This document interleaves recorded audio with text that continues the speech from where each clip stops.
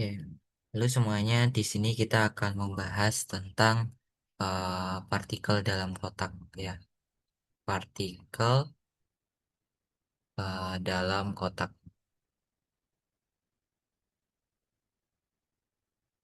Oke. Nah, di partikel dalam kotak berarti kita membatasi suatu partikel hanya pada titik tertentu. Sesuai dengan namanya yaitu dia di dalam kotak gitu. Gitu. Jadi kita hanya membatasi potensial di mana potensialnya itu kita anggap sebagai dinding gitu. Oke. Jadi kita membatasi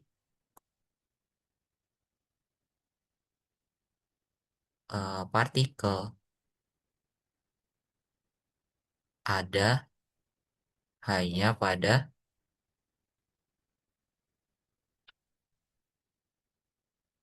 rentang ya.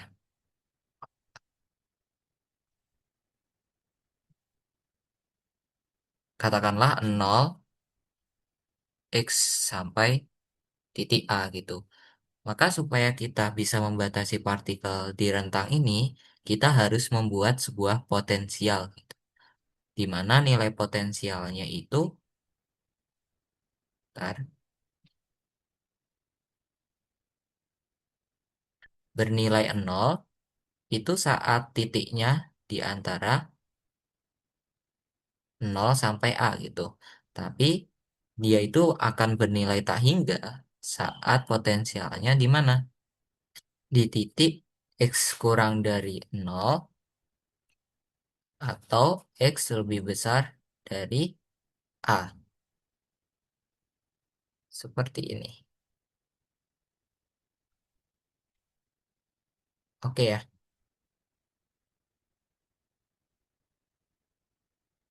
Jadi kita bakal membatasi gerak partikel atau keadaan partikel di bagian 0 sampai A.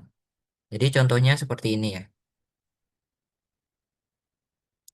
Jadi bisa kalian bayangkan kalau misal kita punya di sini X sama dengan 0, di sini X sama dengan A. Nah, potensialnya tak hingga itu saat di titik X kurang dari 0. Jadi di sini itu potensialnya adalah tak hingga, di sini juga tak hingga. Nah, apa akibatnya jika potensialnya tak hingga? Di sini seolah-olah menjadi dinding yang sangat besar gitu.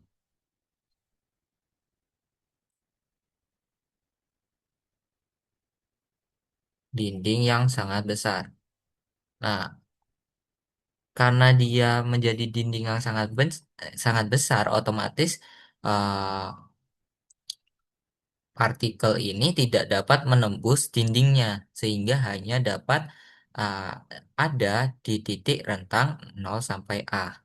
Jadi bisa kita bayangkan eh, gambarnya itu bakal seperti ini gitu. Jadi partikel hanya ada di rentang 0 sampai A. Oke, ini konsep yang sederhana ya. Nah, pada proses ini merupakan keadaan tunak gitu. Jadi keadaan tunak.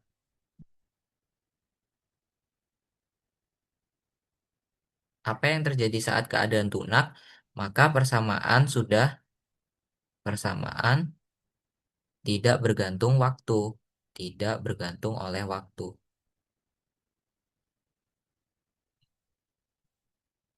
tidak bergantung oleh waktu. Nah, dari situ persamaan Schrödinger dapat diberikan dengan E dikalikan si X atau si X, nol ya, karena tidak bergantung dengan waktu, sama dengan apa? Minus H bar kuadrat per 2M. Karena kita ini membatasi hanya satu dimensi ya, maka langsung aja D kuadrat psi X,0 per dx kuadrat plus Vx, psi X,0. Seperti ini. Jadi ini merupakan persamaan Schrödinger, persamaan Schrödinger, bentar, Schrödinger tidak bergantung oleh waktu. Tidak bergantung oleh waktu. Seperti ini. Nah, sekarang kita bisa membagi eh, beberapa bagian. Karena di sini merupakan keadaan yang tidak ada kemungkinan partikel ada karena dibatasi oleh potensial yang tak hingga, maka kita bisa meninjau keadaan yang di sini. Katakanlah ini merupakan keadaan satu gitu. Oke, sehingga kita bisa meninjau bagian satu, kita dapatkan apa? Bagian satu merupakan keadaan di mana potensialnya bernilai nol gitu. Sehingga persamaannya menjadi seperti apa? Si X,0 sama dengan min H bar kuadrat per 2M D kuadrat psi X,0 per dx kuadrat. Karena ini nilainya 0 kan. Karena potensialnya bernilai 0. Nah, sebagai memudahkan notasi penulisan ya, biar nggak terlalu panjang juga, psi X,0 kita tuliskan aja dengan saya gitu. Ini sama aja gitu. Jadi kita dapatkan apa ini? Minus 2M E per H bar kuadrat psi sama dengan D kuadrat psi per dx kuadrat. Maka kita dapatkan sebuah persamaan yang sering kita lihat gitu. Di mana? Di permasalahan klasik, yaitu persamaan osilator harmonik. Nah, kalau kita ingatkan, ini tuh mirip dengan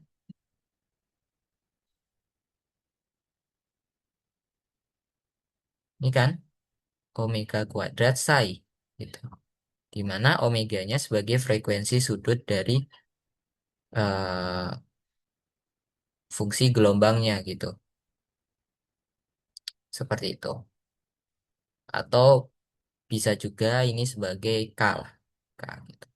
Maka dengan menyamakan kita dapatkan K sebagai akar dari 2ME per H bar kuadrat. Nah, untuk solusi dari persamaan ini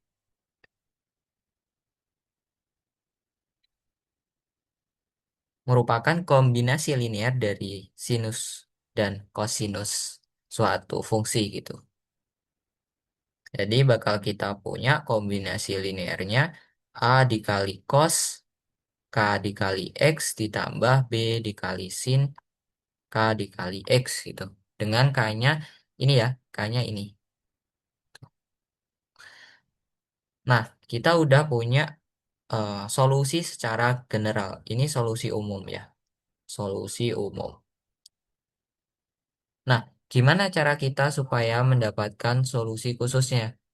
Maka kita bisa melihat batas dari eh, sistem yang kita batasi gitu.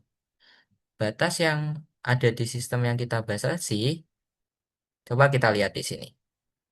Si nol itu harus sama dengan nol. Kenapa? Karena di sini tidak ada partikel.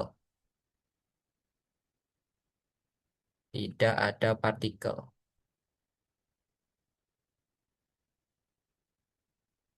Di sini juga tidak ada partikel gitu. Si A itu harus sama dengan nol karena tidak ada partikel. Tidak ada partikel. Oke, sehingga kita dapatkan si nol itu harus sama dengan nol atau harus sama dengan A cos nol ditambah B sin nol. Sin nol adalah nol, cos nol adalah satu. Maka kita dapatkan ternyata nilai A harus sama dengan nol. Sehingga solusi yang terbaru menjadi si X harus sama dengan B dikalikan sin KX. Nah, ini kita meninjau saat X sama dengan nol ya. Gimana kalau kita meninjau X sama dengan A? Berarti kan kita punya si A harus sama dengan nol ya. Itu sama dengan B sin K dikalikan A. Atau sinus KA itu harus sama dengan nol. Nah, sin apa yang harus bernilai nol gitu? Berarti adalah sinus N dikalikan Pi gitu. Dengan N-nya harus mulai dari 1, 2, 3, 4, dan seterusnya.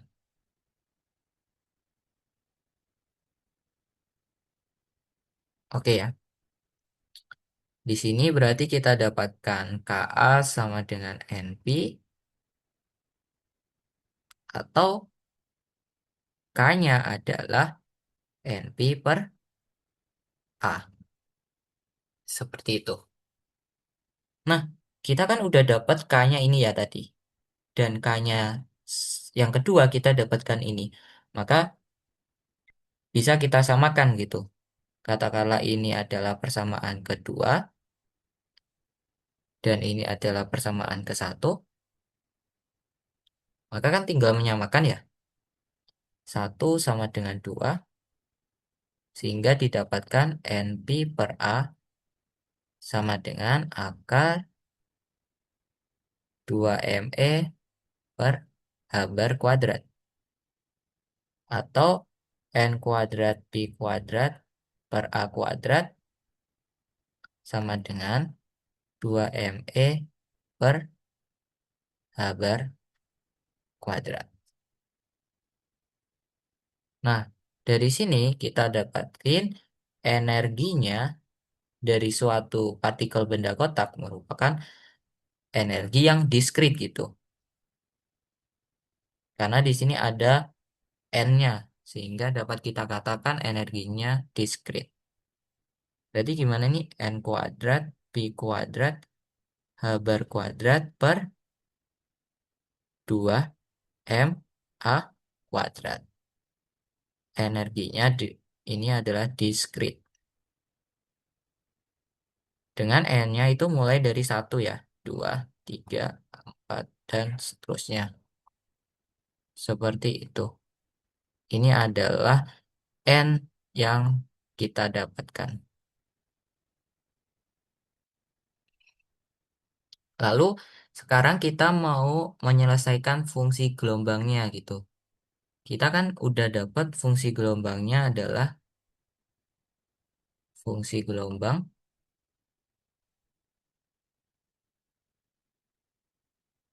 itu tidak lain adalah B dikalikan sinus dari Kx.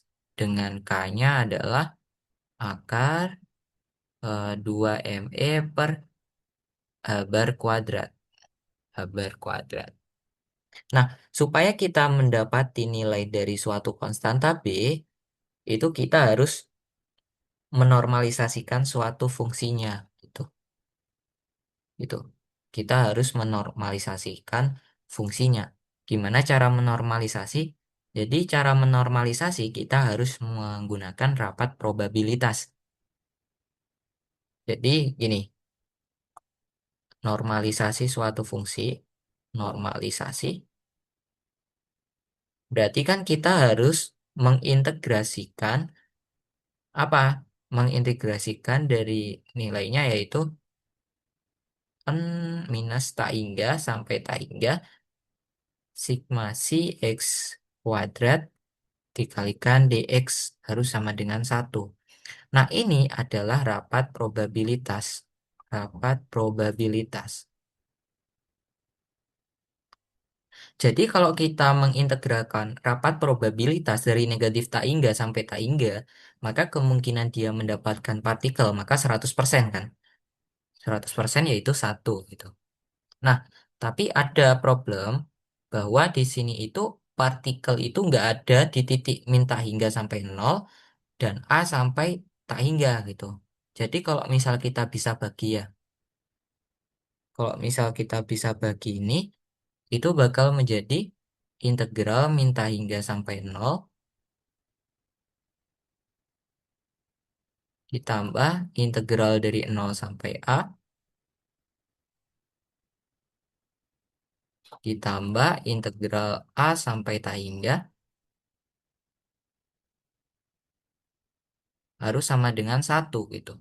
Tapi kan di sini nggak ada partikel ya, maka dia 0 gitu.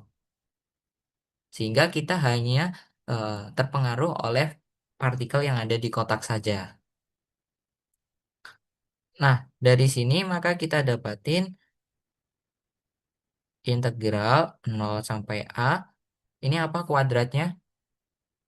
Berarti kan B sinus kx dikalikan dengan B star sinus kx kan.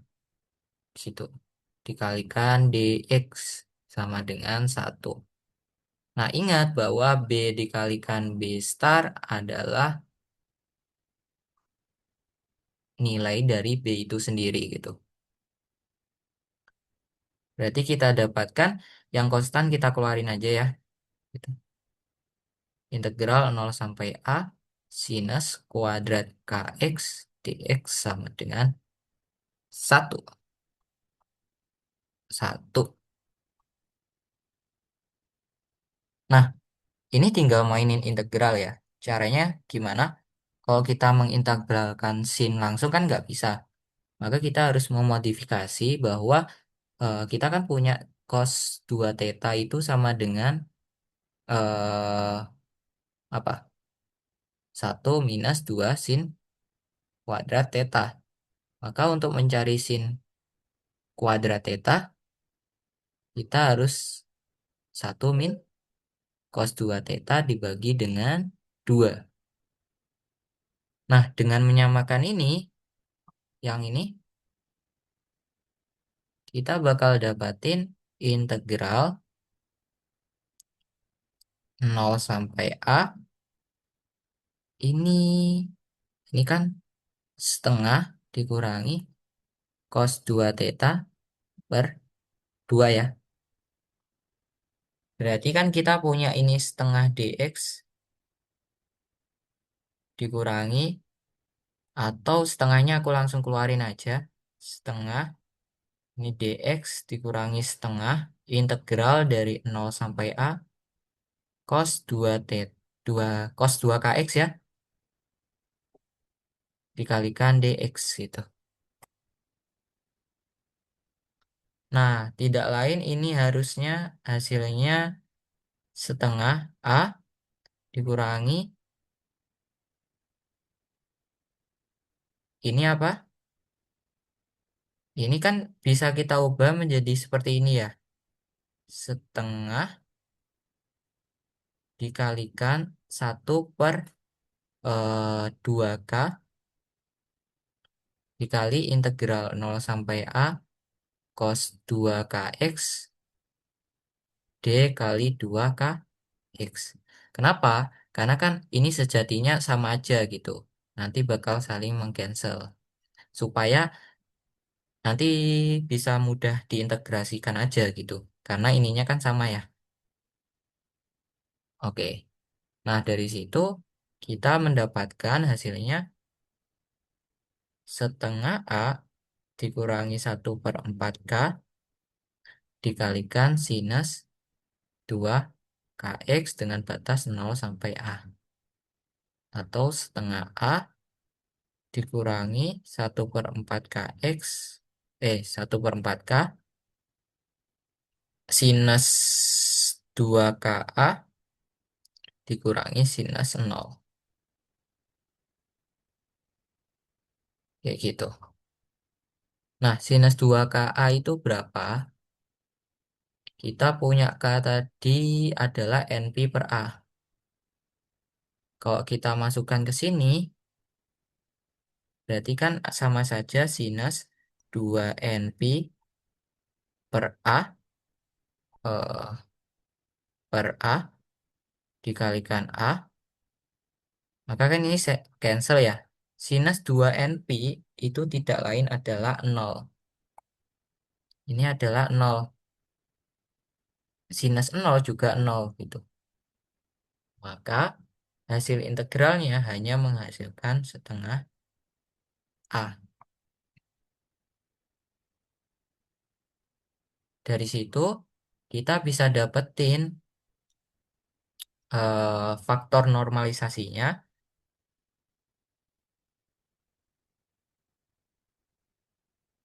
Ini tadi setengah A kan hasilnya. Yang ini tuh setengah A. Maka kita dapetin adalah 2 per A. Atau nilai B-nya adalah akar 2 per A. Gitu. Sehingga fungsi gelombang secara lengkapnya kita dapetin akar 2 per A, 2 per A dikalikan sinus, dikalikan K-nya adalah ini. Ini. Atau K-nya ini aja. NP per A berarti NP per A dikalikan X. Ini adalah fungsi gelombang secara khusus gitu. Di mana N-nya sama dengan 1, 2, 3, dan seterusnya. Nah, kenapa N sama dengan 0 tidak dipilih gitu? Karena coba aja, kalau misal N sama dengan 0, berarti kan efeknya nanti sinus NP per AX itu harus sama dengan 0 gitu. Karena sin 0 itu 0. Nah, kalau ini 0, maka efeknya adalah si X, 0 harus sama dengan 0. Dan ini tidak boleh terjadi karena si X sama dengan 0 itu berarti tidak ada partikel. Padahal kita harus mencari solusi yang mana di dalam kotak harus ada partikel. Jadi itu alasannya bilangannya dimulai dari angka 1 sampai seterusnya. Oke, mungkin itu untuk pembahasan partikel dalam kotak. Jangan lupa untuk melihat pembahasan dari topik berikutnya.